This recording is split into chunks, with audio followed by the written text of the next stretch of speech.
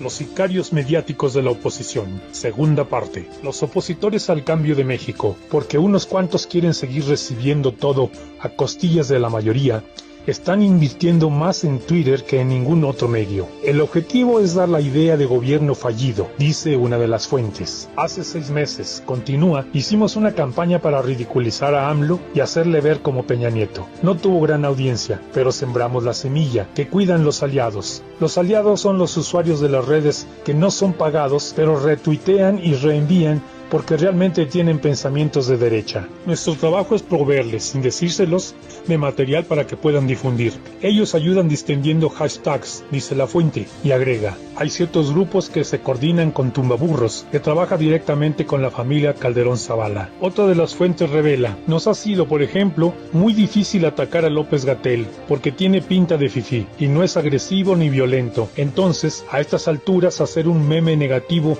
de él sería contraproducente. Esto cambia radicalmente, por ejemplo, con Barbosa. A Barbosa es muy fácil atacarlo porque es feo y dice muchas burradas, así que cualquier cosa mala que se diga de él es creíble y se cierra perfecto el círculo. Por ello, lo utilizamos mucho para atacar a AMLO. Otra actividad es manipular las ideas de AMLO. Es una tarea muy sencilla, dado que habla despacio y alarga sus ideas.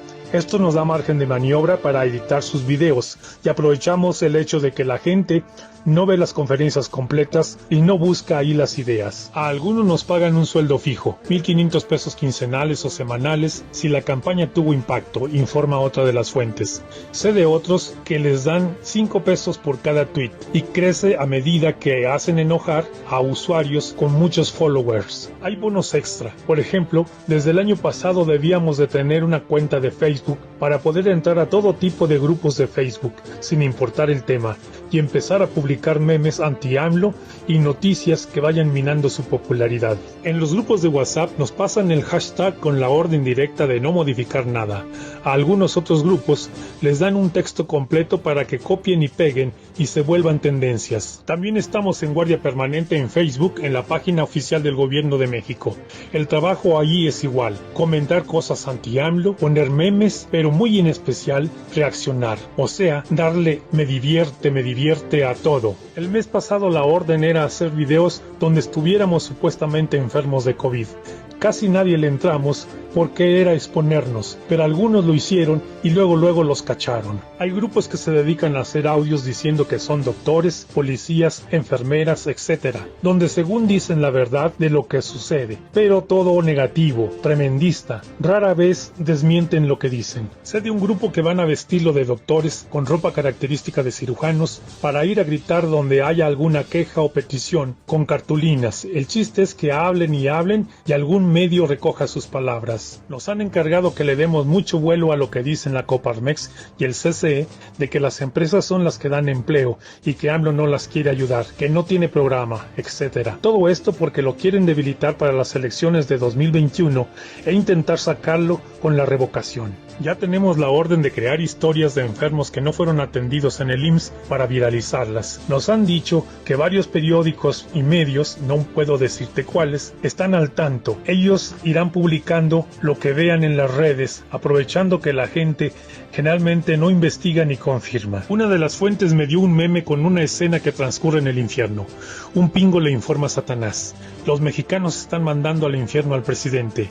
Y el diablo mayor comenta: Dios nos libre. Rubén, pastor y querida audiencia. Jóvenes, amigos, les mando un saludo y un abrazo virtual. Amigos, pues estoy muy contento porque miren quién está conmigo.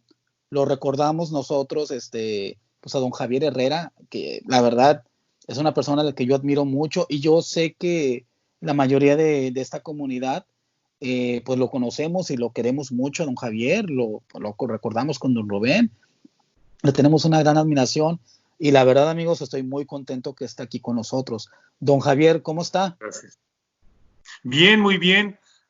Aquí recluido en un pueblito del estado de Morelos, al que me vine como ermitaño para terminar con lo último que me queda de mi vista, 2 novelas, una que tengo al 80% y otra que tengo al 50%.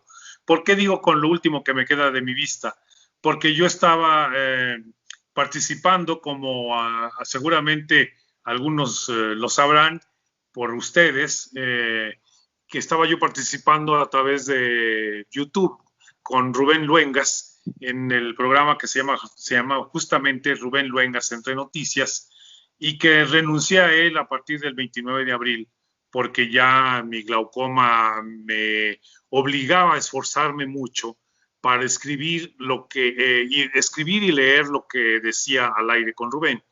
Y ya nada más me dediqué a mandar mis artículos, mis comentarios por WhatsApp, pero también ya hará unos 20 días que dejé de hacerlo porque también ya me costaba mucho trabajo hacer esta tarea, aunque no sé por qué extraña razón, en la vida real yo veo más borroso que lo que veo a través del celular.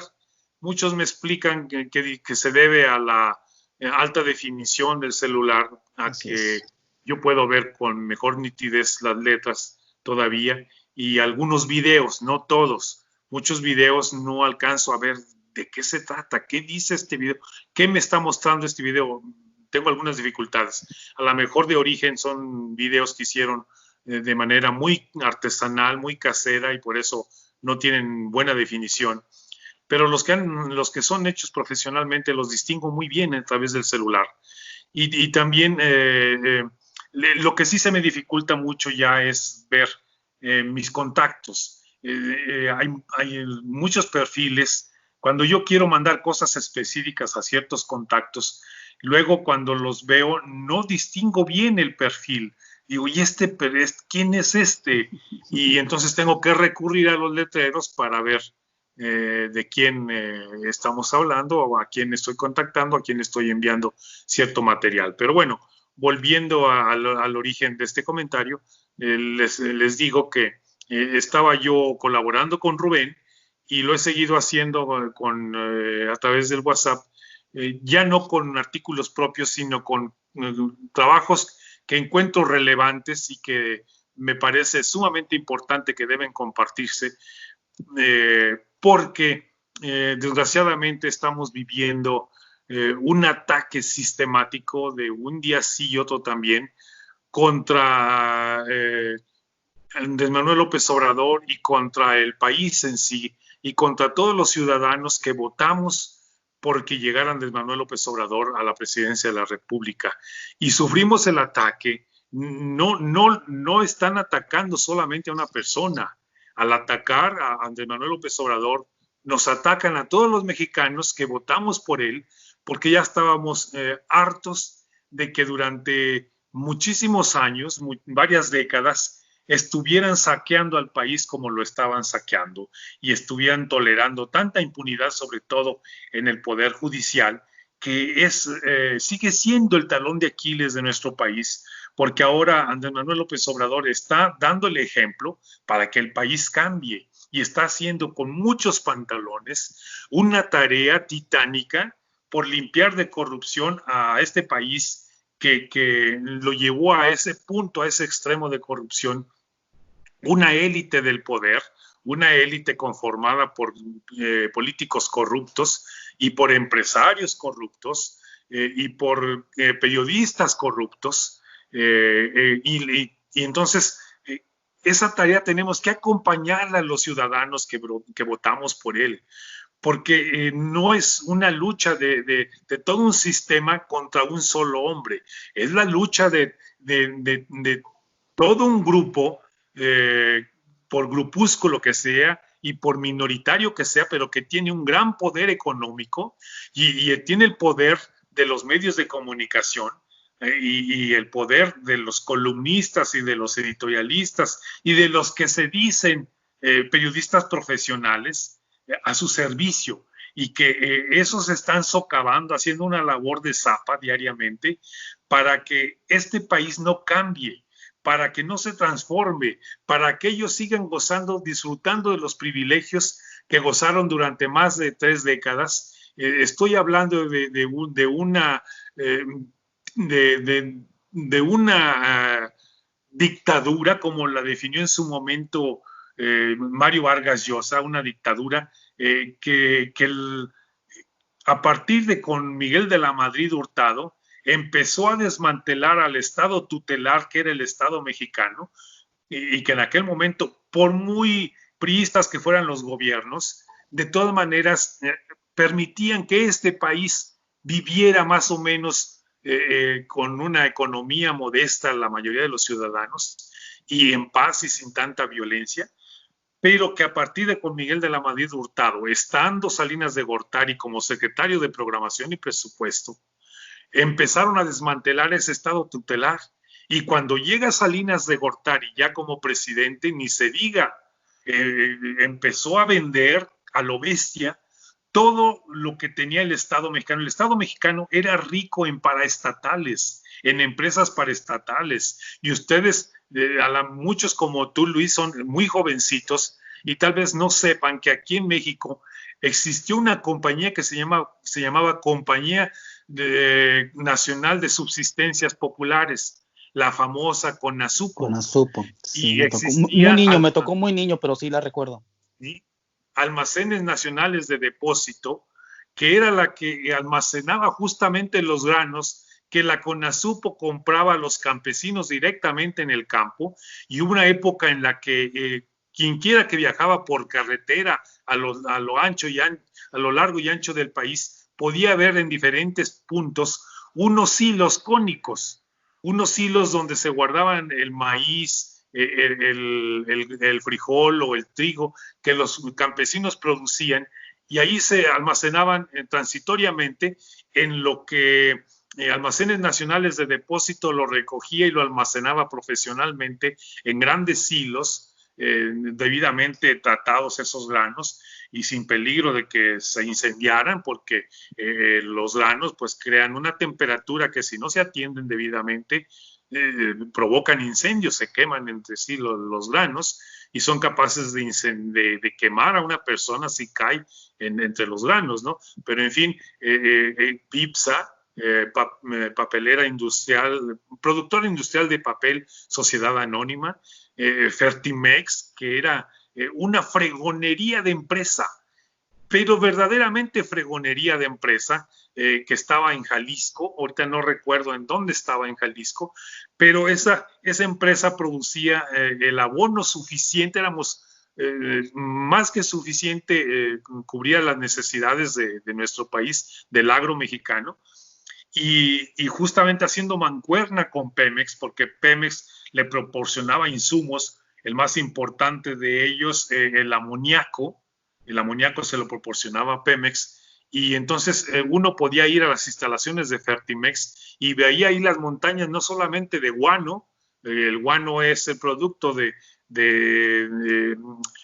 excremento de las aves que habitan en nuestras islas, en las islas mexicanas, y ese guano se lo aprovechaba Fertimex y con más azufre y con el amoníaco y otras cosas, y producían el abono que necesitaba México.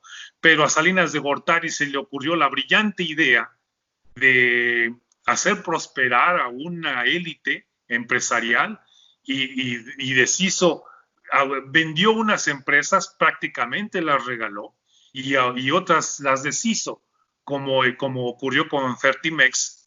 Y entonces de Fertimex nació por un lado Fertinal y por otro lado agronitrogenados, ¿no?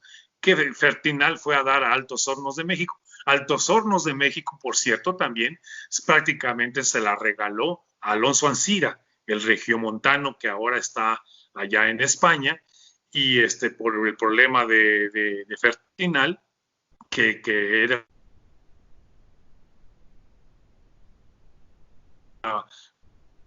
cuando la dividió Salinas de Gortari, pero se convirtió en una empresa chatarra, lo mismo que agronitrogenados, y después se la regresan ya fracasada y vuelta prácticamente chatarra, se la regresan a un altísimo precio a Pemex, y Pemex se la compra. Díganme qué clase de negocios son esos. Entonces se la compra justamente cuando Emilio Lozoya Austin, el que ahora está en México después de que lo trajeron de España, por todo el despopoche financiero que hizo en Pemex y por el dinero que recibió de Odebrecht, y que gran parte de ese dinero si no es que todo, fue a dar a la campaña de Enrique Peña Nieto para que llegara a la presidencia de la República, para que pudieran repartir como confeti las famosas tarjetas Monex y las tarjetas Soriana, de esta empresa, de este grupo de tiendas departamentales que nació en Torreón, pero cuyo fundador pues ya no vive, pero que los herederos usufructúan y alegremente y criminalmente se prestaron para que también ahí parte de ese dinero que entró de Odebrecht entrara a Soriana, y entonces les depositaban a la gente en las tarjetas que les daban, se las daban con 200 pesos, 500. Sé de algunos casos, no sé si será cierto, pero sé de algunos casos en los que dicen que hasta 10,000 pesos les depositaron. En el caso de que esto haya sido cierto, ¿qué son 10,000 pesos para hipotecar el futuro propio, el futuro de tus hijos y el futuro de todo un país por todo un milagro?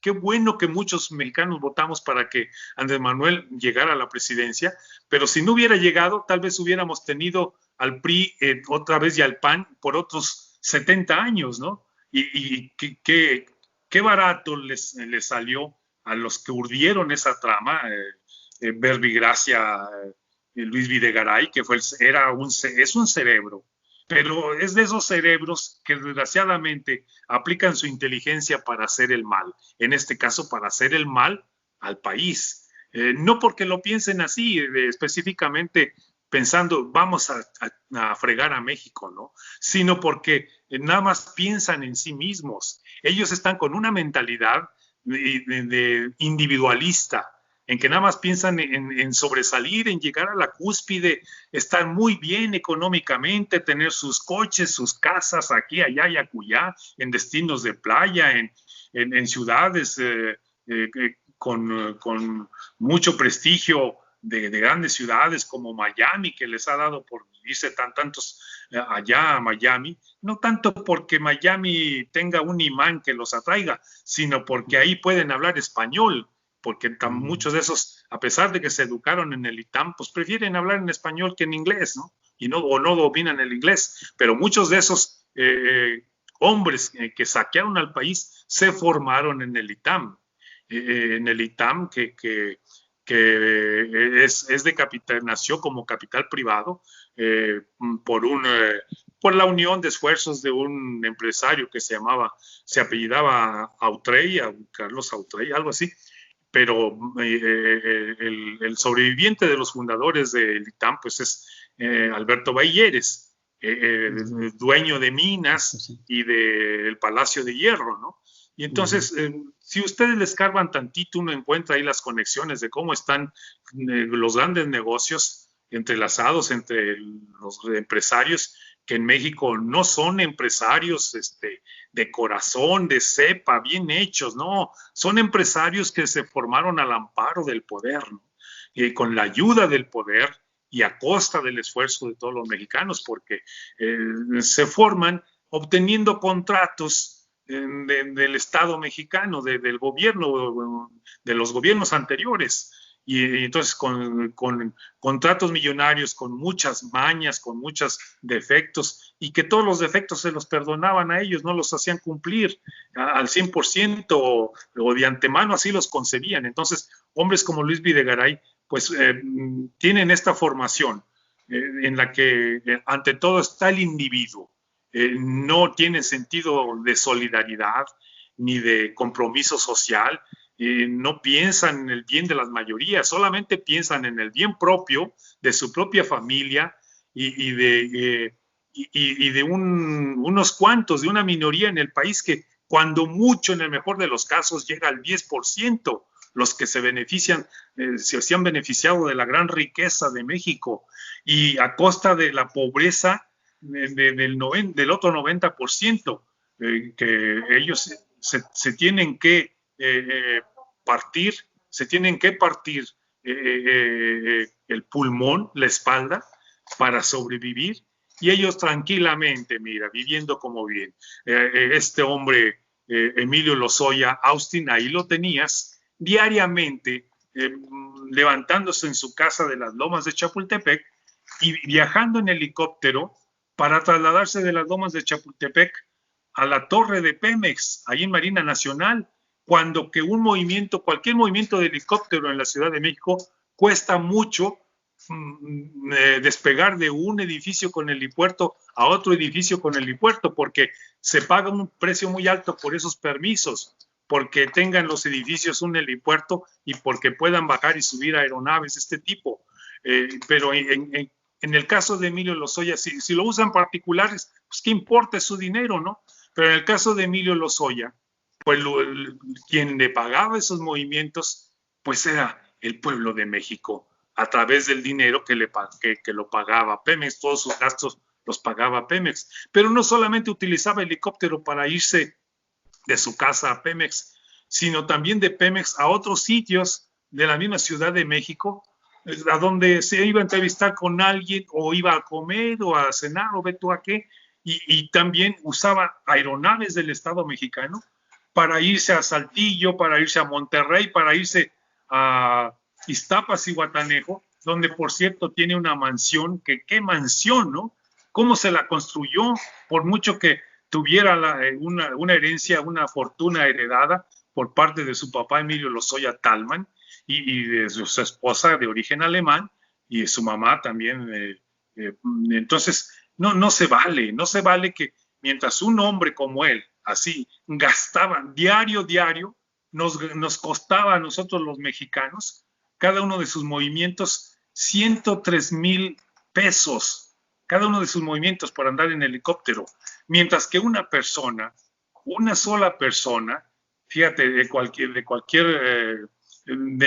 una persona que se levantaba a las 3:30 de la mañana para irse a su trabajo, saliendo al cuarto para las 5 de la mañana, imagínate lo que tenía que tomar para llegar a su trabajo, y hiciera un frío del carajo, o cayera una tormenta espantosa, y gastando su dinero en vete a saber, microbuses o en el metro, qué sé yo, y este angelito ahí gastándose 103,000 pesos en cada movimiento de helicóptero que hacía para trasladarse de un punto a otro y luego a sus destinos, a lugares donde Pemex no tenía ningún negocio.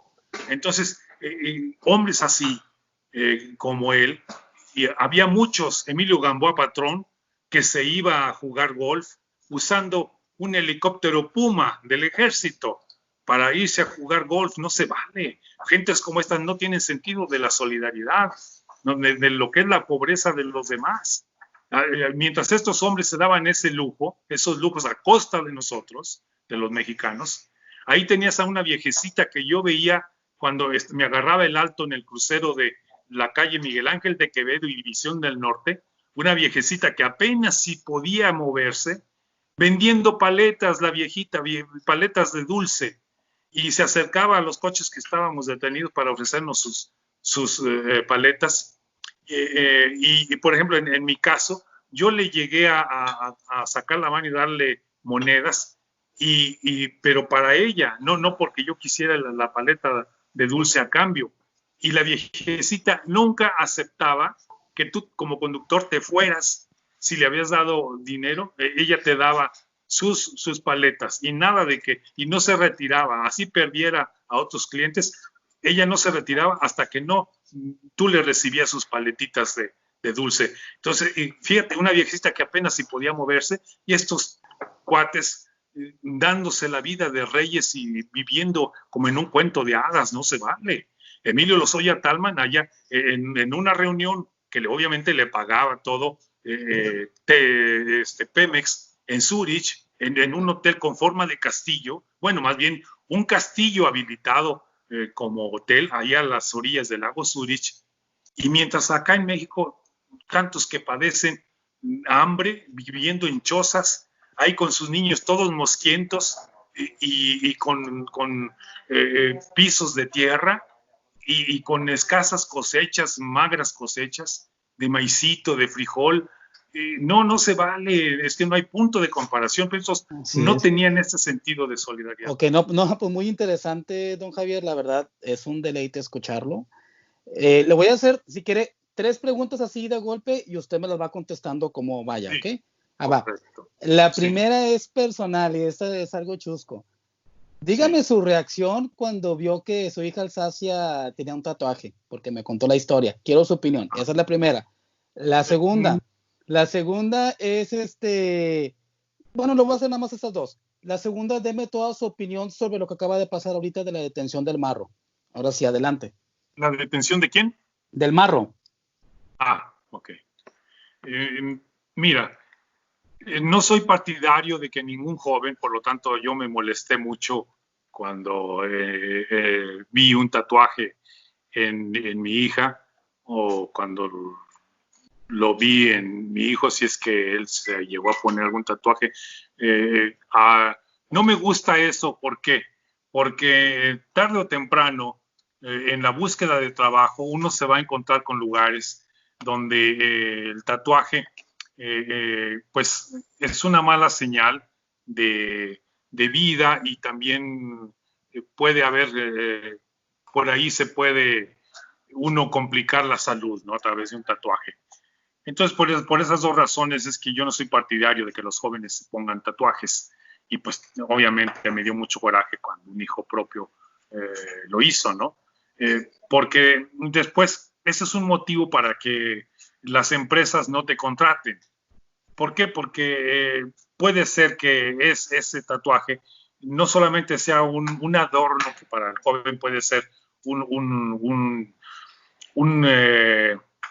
adorno inofensivo, pero sí puede ser sinónimo, y la empresa no está para saberlo, de que vive en un ambiente socioeconómico malsano, donde puede haber gente, pues, con malos hábitos o con tendencias a convertirse o a irse por el camino de la delincuencia, ¿no?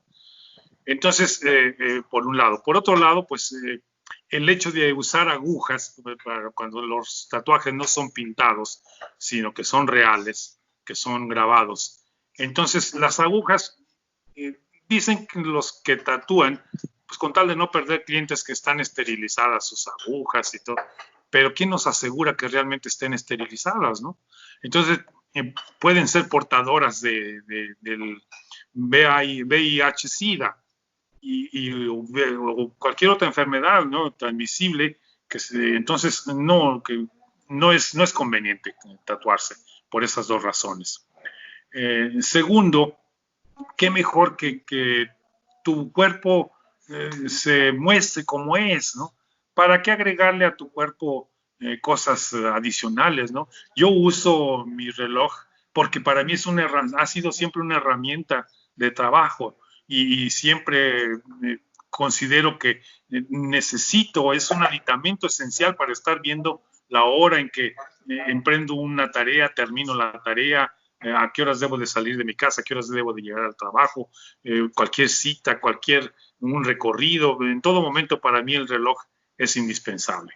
Pero de ahí en más, yo jamás he usado ni anillos ni esclavas y se me hace de muy mal gusto que la gente use esclavas y que use anillos, cosas de las cuales uno puede prescindir, ¿no?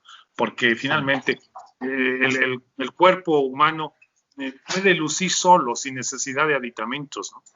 Y si lo vistes bien, pues qué mejor, ¿no? Tampoco es conveniente que lo andes vistiendo con ropa mal, porque luego, si no escoges un buen atuendo, también eso puede ser motivo de que no te contraten o de que des una mala imagen. Entonces, atuendo y tatuajes para mí deben de utilizarse bien o no utilizarse en el caso de los segundos, ¿no? Sí. En cuanto a la detención del Marro, me da muchísimo gusto, mucha alegría, porque es un tipo que, que pertenece a esa clase de gente también en el otro extremo de los de la élite del poder, en el extremo de los que tal vez no tuvieron pobrezas y encuentran en la delincuencia la única manera de seguir adelante, pero luego se engolosinan y no se conforman con robos menores, sino que quieren más, más y más, y así como los políticos que quieren más y más y no se van a acabar las fortunas que hacen a costa de los mexicanos por muchas generaciones, así los delincuentes quieren más y más y más a costa de lo que sea. Tampoco tienen solidaridad ni sensibilidad como para decir, ¿para qué actuamos así si vamos a dañar a tanta gente? Y se van por ese camino, ¿no? De hacer daño sin ver a quién le hacen daño, ¿no? Este hombre me cayó tan mal cuando Andrés Manuel López Obrador inició el combate al huachicoleo, que fue uno de los que más brincaron y tal vez el que más escándalo hizo, empezando por impedir el tráfico en la carretera libre de Irapuato a León, que prácticamente es una autopista gratuita, y en todos los carriles, en los 6 carriles, obstaculizó el tráfico, deteniendo vehículos de gente que se gana la vida honestamente, tráileres, camionetas, coches, todo deteniéndolos ahí para obstaculizar el tráfico y incendiándolos, para amenazar y decir, conmigo no te metas. No hagas esto, presidente, porque mira a lo que te expones, ¿no? Entonces no se vale, y menos con vehículos ajenos. Si hubieran utilizado sus propios vehículos de ellos, que les hubiera costado, aunque fuera con dinero mal habido, pero que les hubiera costado a ellos, bueno, pero lo hicieron con vehículos de otras personas, de empresas, no se vale. Y luego además, y a los pocos días, como no cesó el combate al huachicoleo, le ponen un letrero a la salida de la refinería de Salamanca, donde le dicen, AMLO, déjanos trabajar en paz o te matamos. Oye, qué amenaza, ¿de qué se trata? Ellos consideran el robar, lo consideran un trabajo. Qué bonito, ¿no? Qué bonito ejemplo para sus hijos y para todo mundo, el que ellos consideren que robar es un trabajo. Y además es como si yo aquí tuviera una milpa y entonces no tuviera cerca y que cuando ya la milpa empezara a dar elotes y luego si no me como los elotes a tiempo y dejara que se convirtieran en mazorcas para luego piscar esas cañas de maíz y luego desgranar el maíz y hacer un nixtamal y luego hacerlo masa y luego tortillas o vender el maíz, ¿no? Y las cañitas ya secas venderlas como pastura. Imagínate que algunas personas que pasaran por aquí, como no tiene cerca, o aún teniendo cerca, se meten y ándale a cortar los elotes, o más tarde a cortar las mazorcas. Oye, ¿con qué derecho si a ti te costó tu esfuerzo, tu dinero de sembrar, de hacer, de deshiervar, de hacer los surcos, de abonar, y luego para que unos canijos que no les gusta el esfuerzo, que no valoran el esfuerzo, se metan y te corten tu maíz, tus mazorcas, tus elotes, y luego que tú te enojes, cerques o salgas con un rifle y estés cuidando y amenaces a los que vengan a quererte asaltar, quitar tus mazorcas o tus elotes y todavía te salgan con un mensaje de Javier, déjanos trabajar en paz, o si no, te matamos. Oye, ¿en qué cabeza cabe que encima de que te están arrebatando un bien propio, consideren que el robarte los elotes o el robarte las mazorcas, lo consideren un trabajo lícito? Que el robar sea un trabajo y encima te amenacen de muerte porque estás defendiendo tu propio bien. Entonces Andrés Manuel estaba defendiendo y está defendiendo el bien de todo el país, un bien que nos pertenece a todos. La gasolina que se produce, que se compra en un 90% del extranjero, básicamente de Estados Unidos, y que le cuesta a todo el país pagar esa gasolina, y que ahora por eso la idea es producirla a través de Dos Bocas y de las refinerías ya existentes, rehabilitándolas, y no se vale que encima a él que se ha fajado los pantalones y se enfrentó a estas mafias del poder, que lo estén amenazando de muerte, ¿no? Y que yo no dudo que si este tipejo hubiera tenido oportunidad, lo hubiera matado, ¿no? Entonces no se vale. Y por eso, qué bueno que tipejos como este, que son verdaderas alimañas, sean detenidas, y que ahora nomás esperamos que el Poder Judicial proceda como debe de ser, correctamente, porque, repito, el Poder Judicial sigue siendo el talón de Aquiles de este país. ¿De qué sirve que hayan agarrado a los malandrines estos principales involucrados en la desaparición de los 43 jóvenes de Ayotzinapa, si una jueza, por unos millones que le soltaron, no sé si los Guerreros Unidos o quienes le soltaron, entre quién, o los mismos familiares de este cuate que habían ya no recuerdo cómo le dicen, pero ustedes recordarán cómo se llama el tipo al que detuvieron, y que la jueza lo soltó. A veces, cuando ya la Fiscalía General de la República tenía todo muy bien armadito para que no lo soltaran, y por alguna tontería, una cosita pequeña que encuentran los jueces cuando son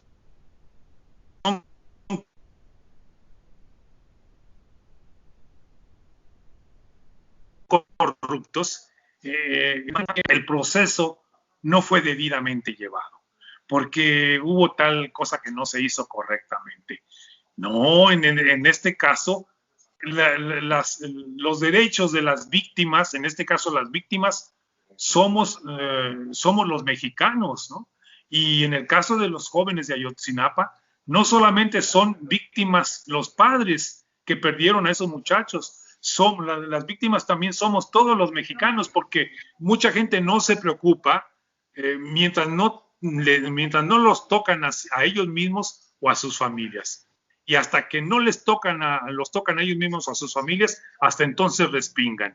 Mientras no, ni siquiera a veces son capaces de participar en una manifestación, no quieren dejar de descansar en sábado o domingo, si es que las manifestaciones son en esos días, porque para ellos es prioritario ver el partido de fútbol que estar participando en una manifestación, que está una manifestación de gente que lucha contra una injusticia, contra un estado de cosas, y en esas manifestaciones, en esas luchas, participamos millones de personas, millones, para que Andrés Manuel pudiera llegar a la presidencia, que nos la robaron. En 2 ocasiones nos la robaron. No robaron a un hombre, no le ganaron a un hombre, como mucha gente decía, y sobre todo periodistas corruptos, y sobre todo editorialistas y comentaristas de radio y conductores de radio y televisión. Ellos sobre todo decían, es que es un perdedor, ya no querían que él participara en la segunda en un segundo intento, y mucho menos querían que participara en un tercer intento por llegar a la presidencia. Decían, no, ya, que deje, ese es un perdedor. No, él no es un perdedor, no era un perdedor.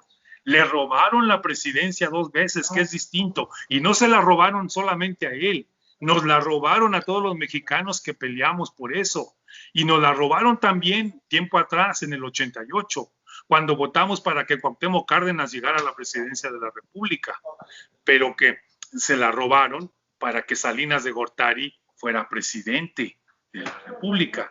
Y entonces después Fox y el sistema nos la roban para entregársela a Felipe Calderón. Oiga, perdón, don Javier, perdón que lo interrumpa. Ahorita que mencionó Cuauhtémoc Cárdenas, ¿qué le pasó a Cuauhtémoc Cárdenas, don Javier? Porque ahora ya ve que, me acuerdo, y también lo comenté en un video anteriormente, ya hace como un mes y medio, donde Cuauhtémoc Cárdenas le recomendaba a AMLO que si quería salir libre de la pandemia, que desistiera de sus proyectos, ¿no? Usted sabe, Sí. el aeropuerto de Santa Lucía, el Tren Maya, Boca, el Istmo y sí, Dos Bocas. ¿Qué le sí. pasó a Cuauhtémoc Cárdenas, don Javier? Mira, mucho de su derrotero tenemos la culpa los mexicanos, porque yo fui uno de ellos. Me avergüenzo de eso toda mi vida, me avergonzaré y me dará siempre mucha pena y dolor recordarlo, pero también eh, debo de decirlo. Yo fui muchos de los que pensamos en el voto útil. El día de las elecciones en que Salinas de Gortari se convirtió en presidente de la República, digo, Vicente Fox, muchos mexicanos viendo el carisma que tenía y que se veía muy gallito, y entonces votamos por él, aplicamos el llamado voto útil. Incluso cuando yo llegué a la casilla, no sé si muchos otros harían lo mismo, cuando yo llegué a la casilla, me, me puse a pensar, primero voté por senadores, por diputados, por todo, puro PRD. Y después dejé hasta el último, no, en ese momento todavía no era PRD, era Frente Democrático Nacional, que se había constituido con la unión de muchos partidos para llevar a Cuauhtémoc Cárdenas a la presidencia. Creo que, no, sí, ya, eso fue la primera ocasión. Eso fue en la primera ocasión, cuando se robaron la presidencia para Salinas. En la segunda ocasión, cuando llegó Fox, fue cuando el famoso voto útil. Dejé a propósito hasta el último el voto de la presidencia porque todavía lo estaba dudando.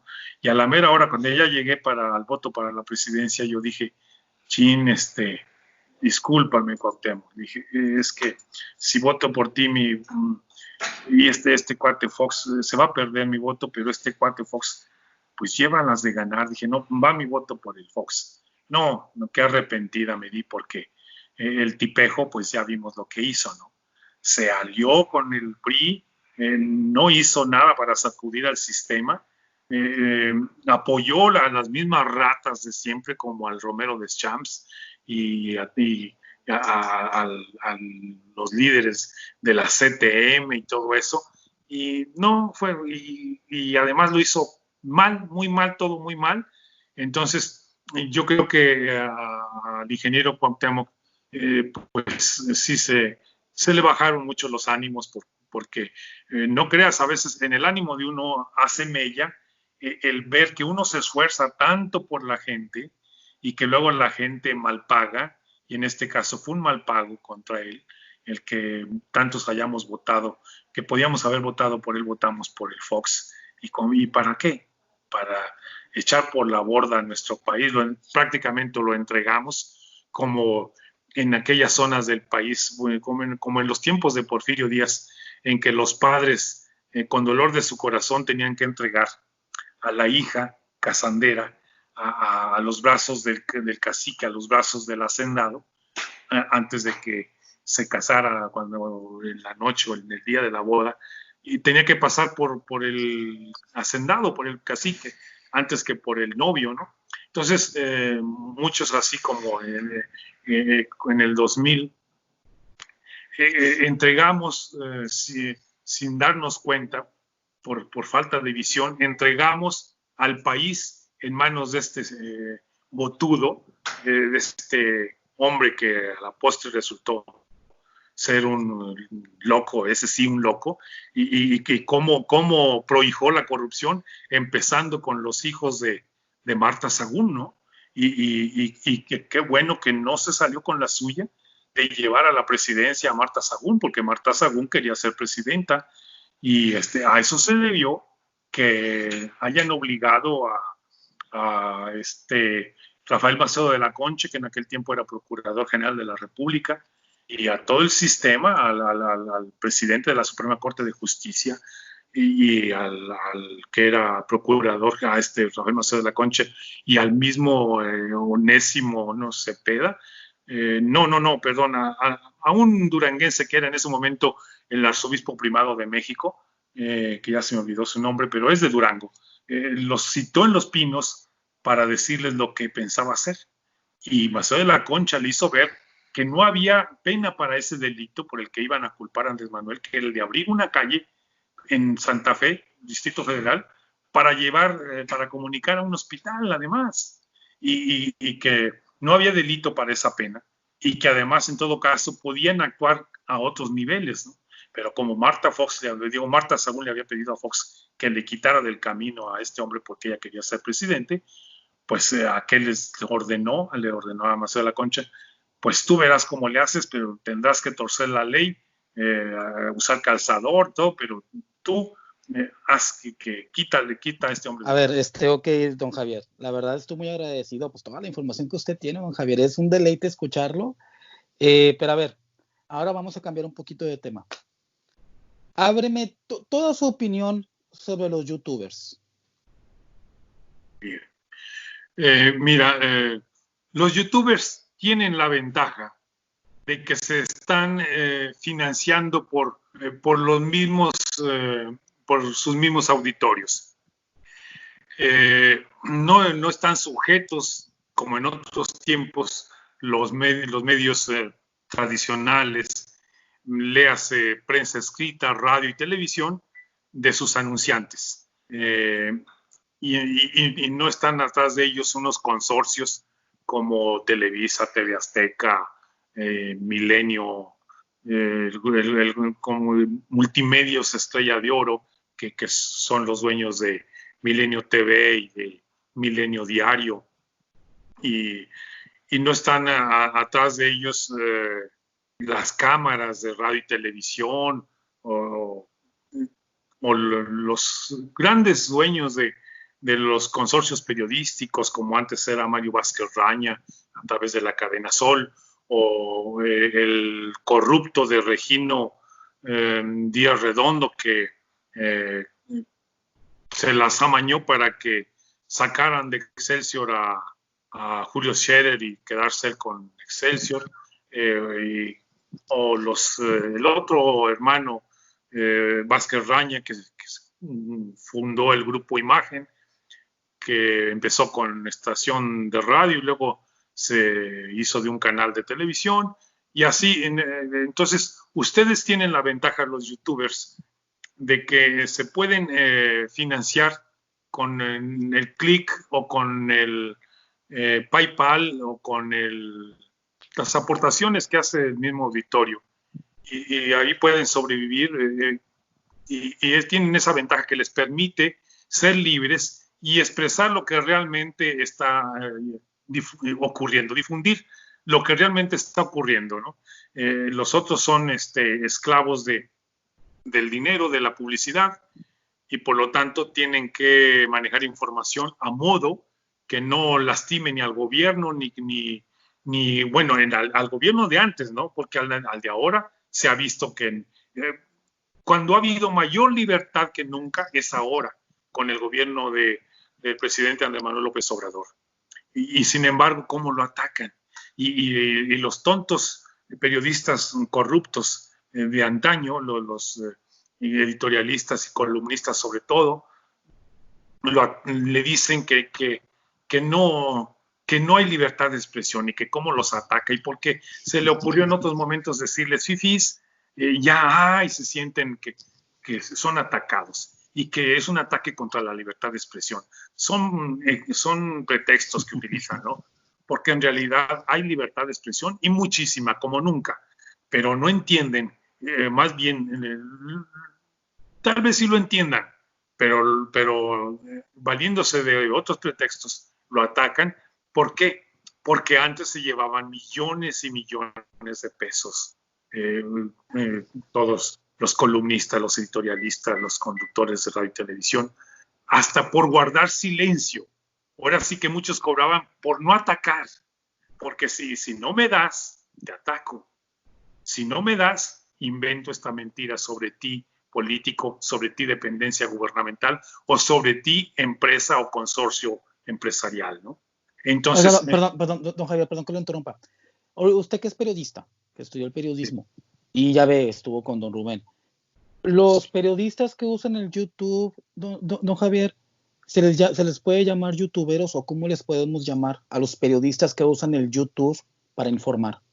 sí, pues les dicen por economía de lenguaje y de pensamiento youtuberos, ¿no? Pero también yo creo que lo correcto es youtubers y en todo caso periodistas de las redes sociales, ¿no? Periodistas de las redes sociales, si nos ponemos eufemísticos, ¿no? Pero la realidad es que tienen ustedes esa ventaja que les permite más libertad de decir las cosas, de ser más profesionales que los que se dicen profesionales de los medios tradicionales. Pero sí tienen un grave peligro, que es el de que los medios de comunicación todavía tradicionales, con el poder económico que tienen atrás, los pueden avasallar. Y tienen que unirse los youtubers, tienen que unirse, buscarse entre sí y apoyarse para que no eliminen de la señal con el pretexto de que se están usando palabras altisonantes o imágenes que luego ellos se las apropian sin ser cierto, ¿no? Tienen que constituir como un ente, una entidad que esté atento vigilando los contenidos, pero para defenderlos a ustedes y contrarrestar lo que supuestamente dicen que está mal por parte de YouTube o por parte de Twitter o por parte de Facebook, porque si no, de lo contrario, con cualquier pretexto los andan chispando, luego los sacan del aire por unos días, por unas semanas, hasta por meses, y eso no está bien. Entonces tienen que aliarse entre sí, tienen que buscarse, tienen que unirse para que formen una entidad que les ayude a estarse monitoreando y contrarreplicar y contrarrestar lo que dicen que está mal o que hacen mal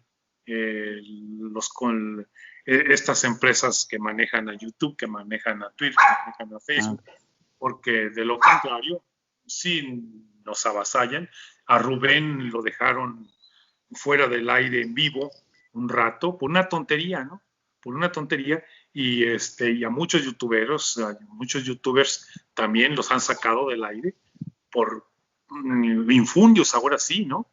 Y hasta porque no les gusta el contenido, porque dicen, no, es que este contenido está contra el sistema, no, es que este contenido está haciendo quedar mal a la OMS, y si en la OMS están los intereses de Soros o del otro, de Bill Gates, entonces dice, no, órdenes, capitán, pues, y le hacen caso a Bill Gates, y Bill Gates tiene, a través de la OMS, tienen intereses, sobre todo en el campo de la producción y comercialización de medicinas, de farmacéuticos, y ahora con lo del COVID se ha visto mucho esto, ¿no?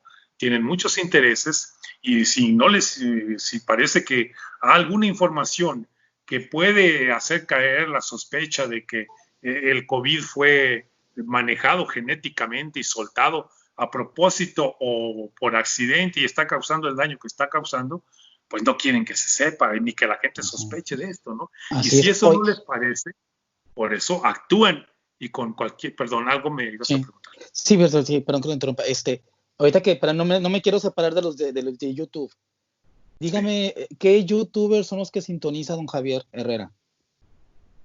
Evidentemente, pues Rubén Luengas Entre Noticias, aunque ahorita no creo que esté saliendo al aire, porque a partir de principios de junio, que fue cuando empezó a ser el conductor estelar de noticiero de la noche, de las 9 a las 10 de la noche de La Octava, estación que maneja Radio Centro, que se está regenerando o reconvirtiendo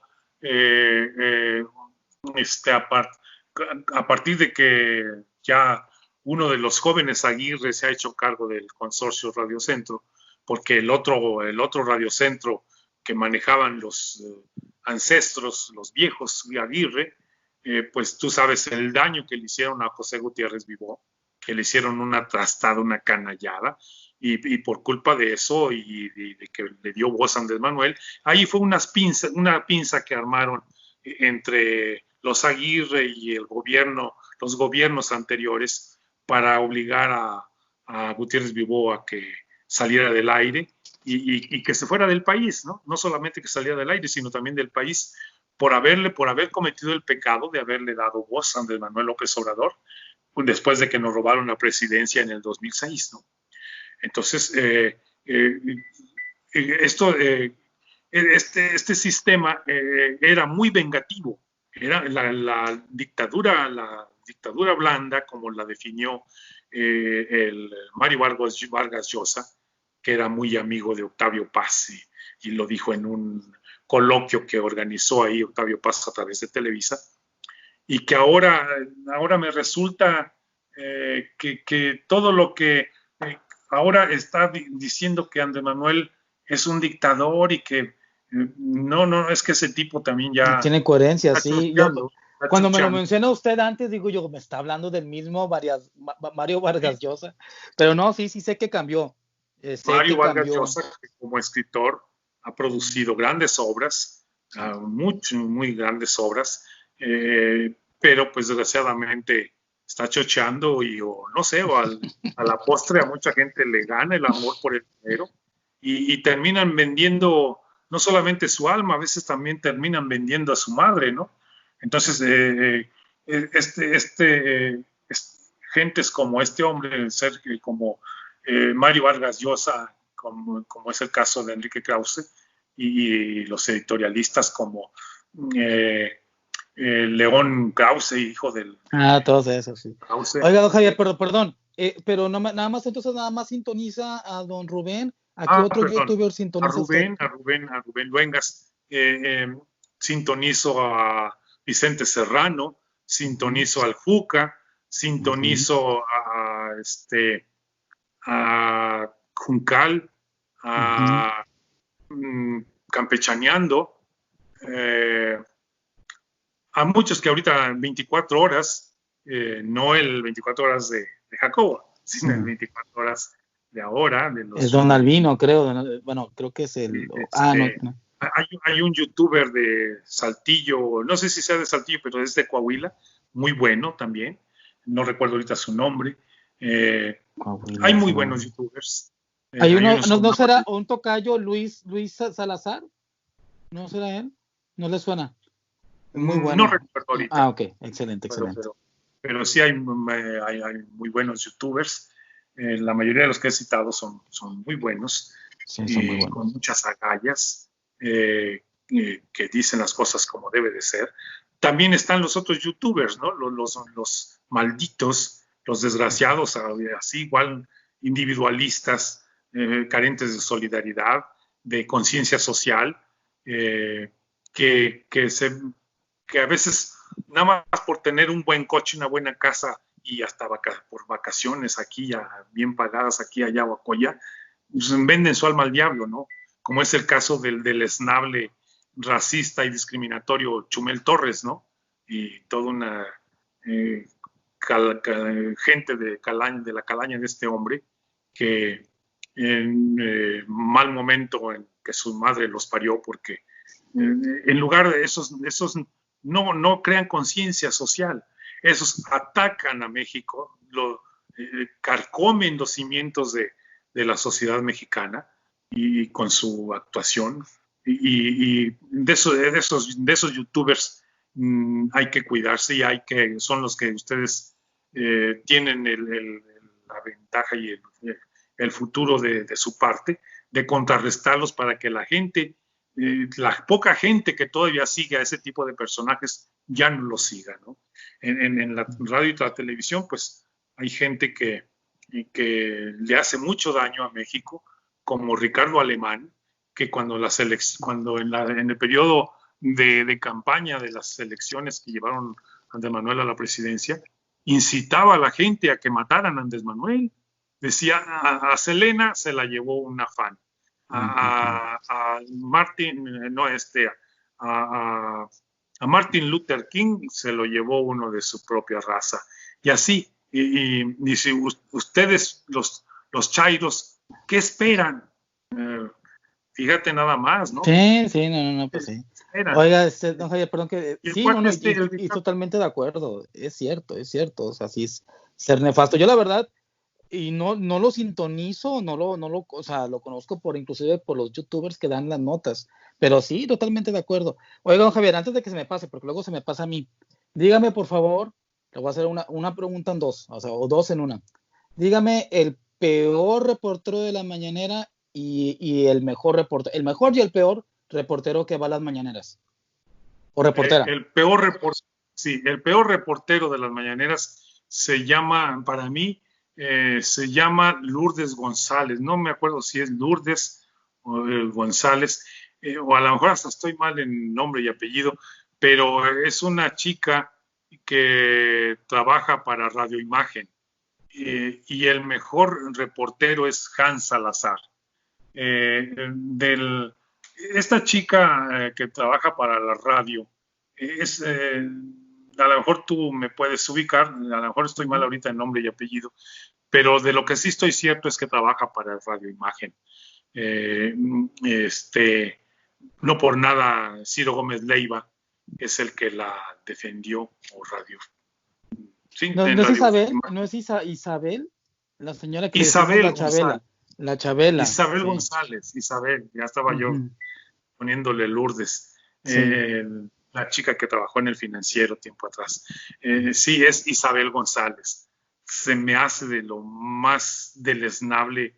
No sé si es gente que lo hace por convicción, porque creen, está impregnada de la ideología de otros tiempos, o si lo hace porque realmente están muy, muy bien pagados y extrañan el chayote, el embute, las dádivas que les daban en otros tiempos.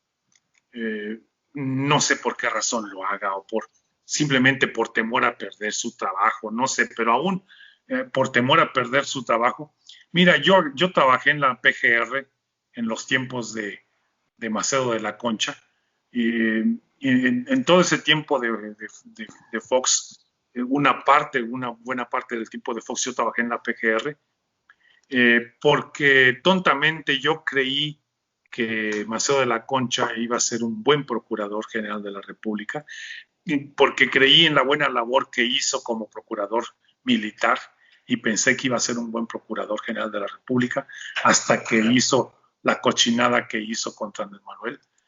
Afortunadamente, justo 4 días antes de que desataran la guerra, que emprendieran la guerra contra Andrés Manuel, a mí me cambiaron de ser director de información, me cambiaron a director de difusión.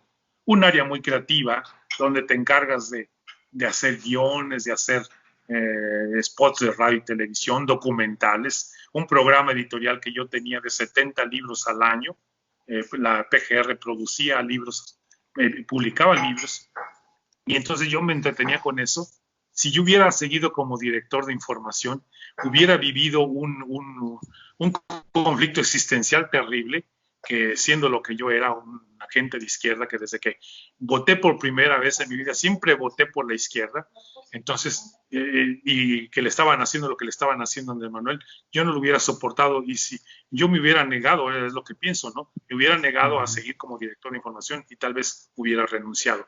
Pero al que se quedó en mi lugar como director de información, no, hombre, no te imaginas cómo lo hicieron trabajar y cómo lo hicieron torcer la información, a hacer la información, que la información, calzarla, que entrara en un zapato con calzador para fregar a Andrés Manuel día tras día. El tipo terminaba a deshoras de la noche y entraba a deshoras de la madrugada, al grado de que terminó comprándose un aparatito que cuando ya iba manejando, cuando ya por fin se iba a su casa, ese aparatito se activaba y emitía un sonido cuando su cabeza perdía la vertical, para que él despertara y otra vez viera cierto. fuera a chocar o a causar algún accidente. Entonces, yo no hubiera soportado ese tren de actuación por mis convicciones, ¿no? Y tú estás en una dependencia fundamental como yo la estuve, no por trabajo, porque en algún lado tienes que trabajar y tienes que perseguir la chuleta, pero tus principios los mantienes, tu ideología no la vendes, y yo nunca vendí mi ideología, ¿no?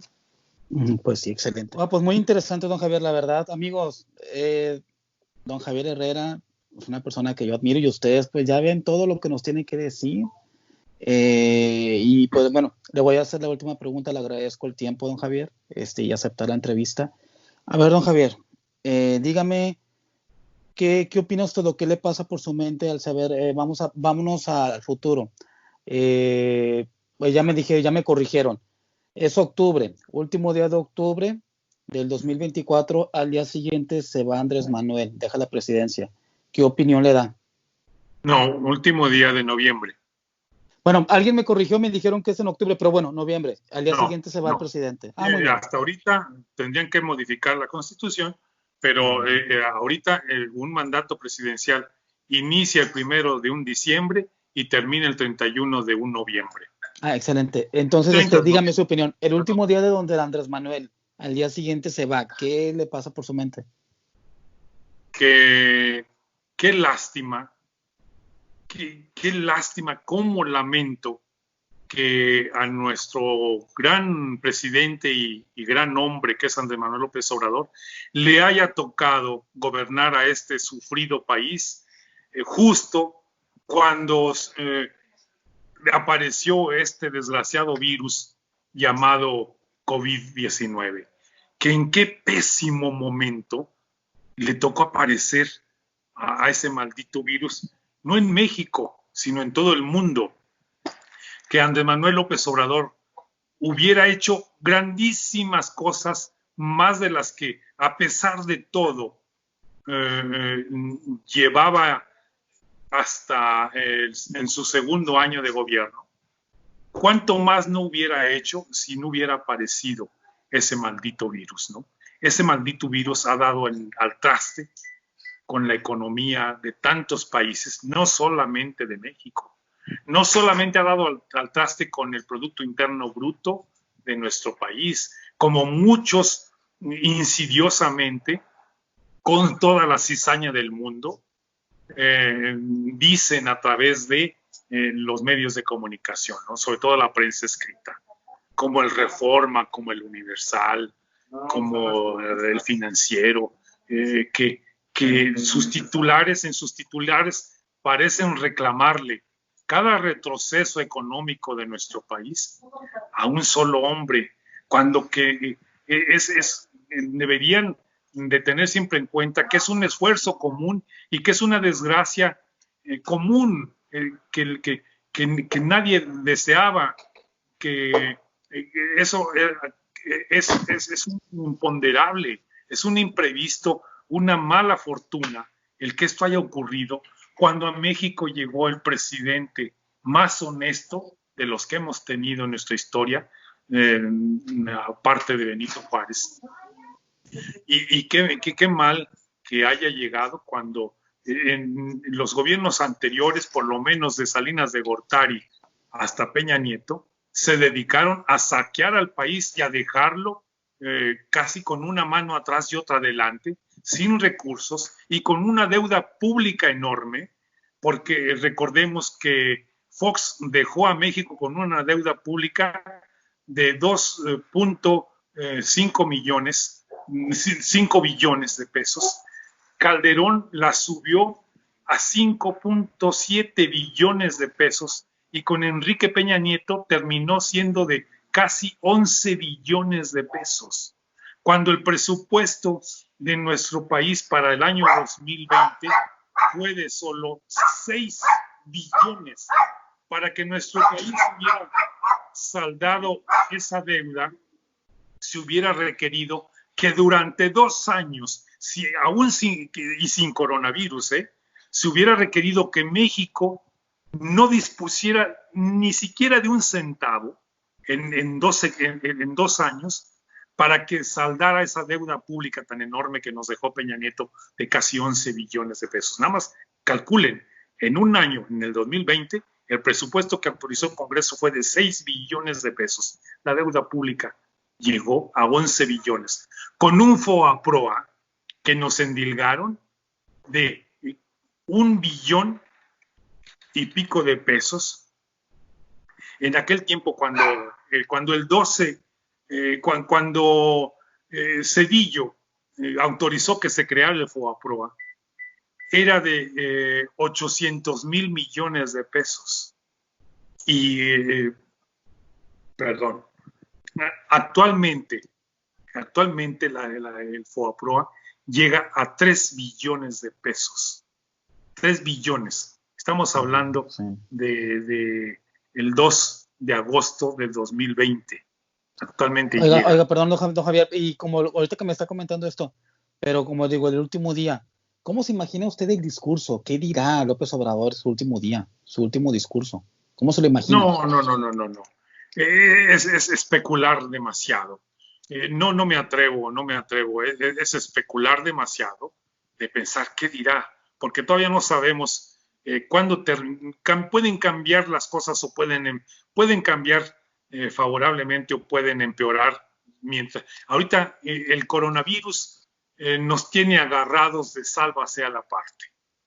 Mientras el COVID no desaparezca, esto puede empeorar de una manera inconcebible, ¿no? Entonces, no quiero imaginar qué pueda él decir. Ojalá y el maldito coronavirus desaparezca pronto, que ya la vacuna se invente y ya se aplique, y que ya por fin los mexicanos y todo el mundo, pero sobre todo los mexicanos, no todo el mundo, porque estamos viendo que antier, en un solo día hubo 292,597 muertos por COVID en todo el mundo. Si así está, de ese tamaño está la mortandad que está causando el COVID. Imagínense el contagio. La contagiadera está tremenda.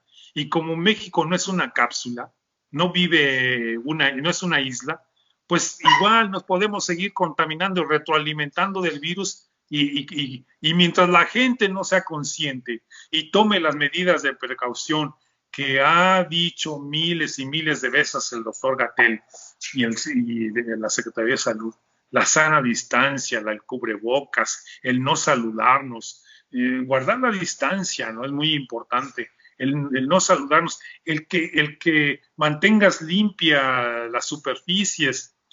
Si vas a un restaurante, a algún lado, si ahí se apoyó en la mesa una persona con COVID, ya la molamos. Y si el dueño de la fonda o del restaurante no limpia ahí con los líquidos necesarios, pues llega otro, se apoya y se va a contaminar. Y si la cuchara con la que te sirves la salsa no la limpia, no la mantienen limpia los dueños, los responsables de atender el local, igual por ahí nos podemos llevar el virus. O sea, es una limpieza que no nada más depende de ti, depende de todos, de cualquier lugar, que en el metro limpien los pasamanos, que donde quiera que sean superficies, que las limpien.